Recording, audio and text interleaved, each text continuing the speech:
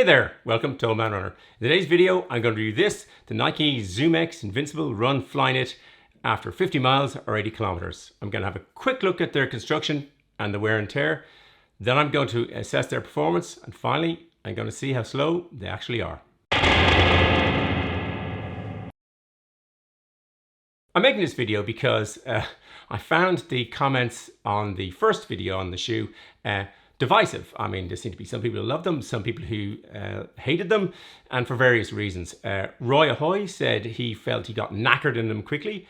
I felt kind of the same. And then Lifeforce asked me, would I review the shoe after 50 miles? So I thought, well, better run the 50 miles or 80k in them, see what they're like, and then make a video, and also at the same time, see how slow they go.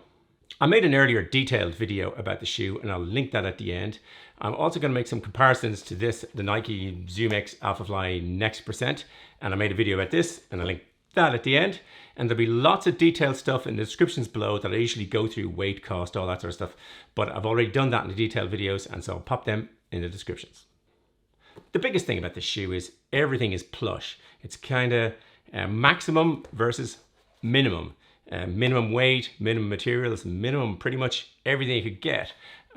They're both comfortable shoes. I ran a marathon in the Alphafly, and I've run all sorts of uphill, downhill, straight stretches, twisty bits in the Invincible, and I find them both really comfortable.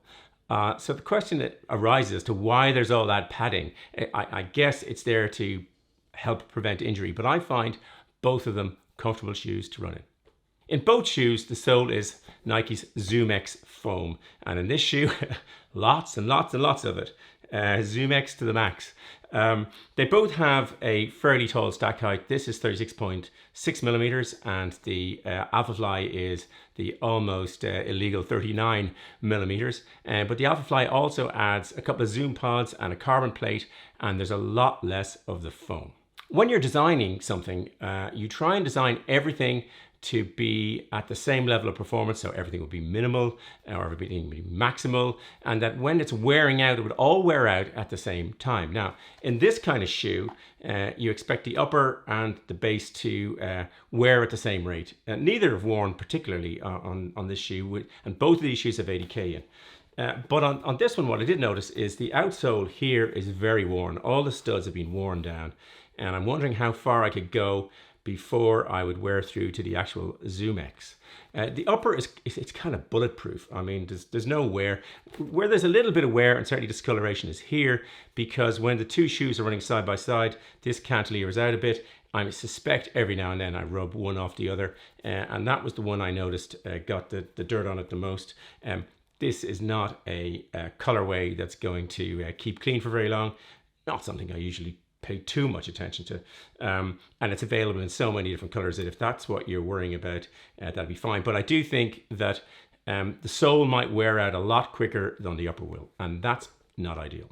Of course, all the foam has a penalty. I mean, in one sense, Nike have put it in there to help reduce injuries and give you a bit of bounce, but so much of it adds a weight penalty. So the Invincible is 366 grams or 12.9 ounces, and the Alphafly is a lot lighter, 271 grams or 9.55 ounces.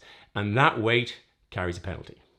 I haven't warmed to running the Alphafly. The general plop, plop, plop, plop as it goes along, I don't enjoy. Yes, it's fast, but I don't really enjoy the feeling on it.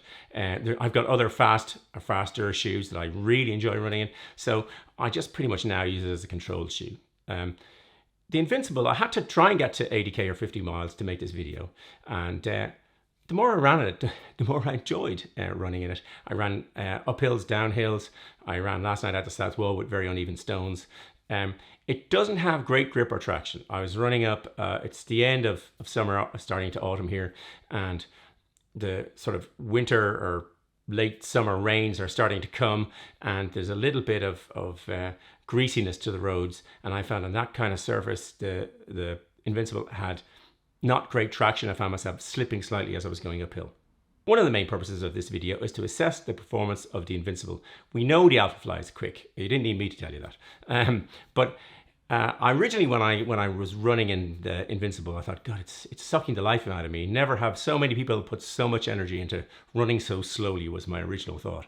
But then I looked at the data on the watch and I thought, oh, I seem to be going a bit quicker than I thought. So that started me to wonder about how quick the shoe was, and started me wondering about making a video about how fast I could go in the shoe or how slow I could go in the shoe. I was reading the Strategist, part of New York Magazine's online publication, and it was Sweat Week, and they interviewed a couple of athletes about what they wore, and they interviewed Sally McRae, who just won the Badwater Ultramarathon, which is 135 miles long, or 217 point something K, and for the first 17 miles, now she's sponsored by Nike, but for the first 17 miles she ran in the Vaporfly, Nike's one of their ultra fast shoes, and then she swapped out into the Invincible for the rest of the, I think it's 115, 18 miles, whatever, a very long way in the Invincible. And I thought, wow, maybe there's something more to this shoe than I realized. And there's a very good article in the Tempo Journal about Sally McRae, really interesting, and I'll put links to both those articles in the description below. But I started to ask, how slow really is the Invincible, or maybe it's fast. So we'll see. I decided to find out how quick they were by doing my Gutbusters in the park, a 1 kilometer time trial. I do the ABBA method, as somebody pointed out, ABBA. So Saturday I go out, I run both Saturday and Sunday. I try to get the performance, the days similar, because the weather, my performance, my stuff like that. And so what I do is I initially run out in a controlled shoe, usually a Clifton 7, do a lap of that, and then that warms me up, and then I'm ready, and then I go as hard as I can in one shoe followed by the other. On Saturday I do shoe A followed by shoe B, and Sunday shoe B followed by shoe A, hence the ABBA method. And I go as hard as I can, busting a gut on the kilometer, and see how fast I go. Now, I usually give you a set of provisos here. It's a limited data set, and out of a limited data set you get limited conclusions. The results were shocking, to me at least. On Saturday I did, and I'll put the results here, 3:59 in the Invincible and 3:48 per kilometer in the Alphafly. And on Sunday I did 3:51 in the Alphafly followed by 3:57 in the Invincible. Now, I had expected the Invincible to be at least 20 seconds per kilometer or per lap slower.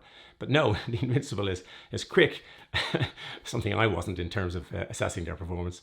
They're about 10 seconds a lap slower than the Alphafly, but shockingly, they're about 15 seconds a lap quicker than these, my Hoka One Mach 4s, and that came as a genuine surprise to me. I looked at 3 of the Gutbusters where I had done 189 steps per minute, so that's all out, pretty good cadence. In the Mach 4, my stride length was 1.24 meters. In the Invincible, it was 1.33 meters, and in the Alphafly, it was 1.39 meters. It's simply that the shoe is going further. I mean, every stride is further and they all add up. I suspect over the longer run, the weight of the Invincible would begin to, it'd be the law of diminishing returns, and it would start to get slower comparatively over the longer distance. I certainly wouldn't be running a long race in them. I mean, no, they would suck the energy out of me in a long race. But in a short round track, I was surprised at how fast they go. And it does prove that data from the Gutbusters beats data from my gut feeling. At the start of the video, I asked, well, how slow do they go? And I suppose the answer is not very. They go fast. No wonder Sally McRae was wearing them. The question I then asked myself, well, what if they were lighter? I mean, the upper is so plush. What if they were lighter? I thought, oh, yeah, take out a bit of light weight out of there and then carve the base of them a bit better, and then, add some Zoom pods and maybe some carbon plate, and then you got these. But like, what if you were somewhere in the middle? What if you didn't have the carbon plate, you're a bit lighter, etc., etc., etc.? And Nike make such a shoe, and I'm going to test them somewhere down the road. Should you buy this shoe? Well, if you're only buying one shoe, I think no. If you're watching this, you're probably not the kind of person who just runs in one shoe. But if you wear, unless you had a significant injury or something and you were convinced that the squishy big foam was going to work for you, I don't think it's a one shoe deal. 2 shoes, I'd still say no. I wouldn't have a very fast shoe and just one of these. 3 shoes, and I'd say yes, a really fast shoe, a tempo shoe, or an all-round shoe. And these for particular types of days when you're feeling beat up or you just want a really cushy ride. Yeah, 3 shoes, I definitely have these in. The shoes aren't for everyone, but you're not everyone. And these could be just right for you. I hope you enjoyed the video and find it useful. If you did, it'd be great if you hit the like button. There'll be lots of stuff in the description below, particularly weights, size, cost, all that sort of stuff. I love addressing any of the questions in the comments section. They're a whole heap of fun. There'll be a blue subscribe button popping up there and some related videos there. Thanks for watching. Until the next video, just keep running along.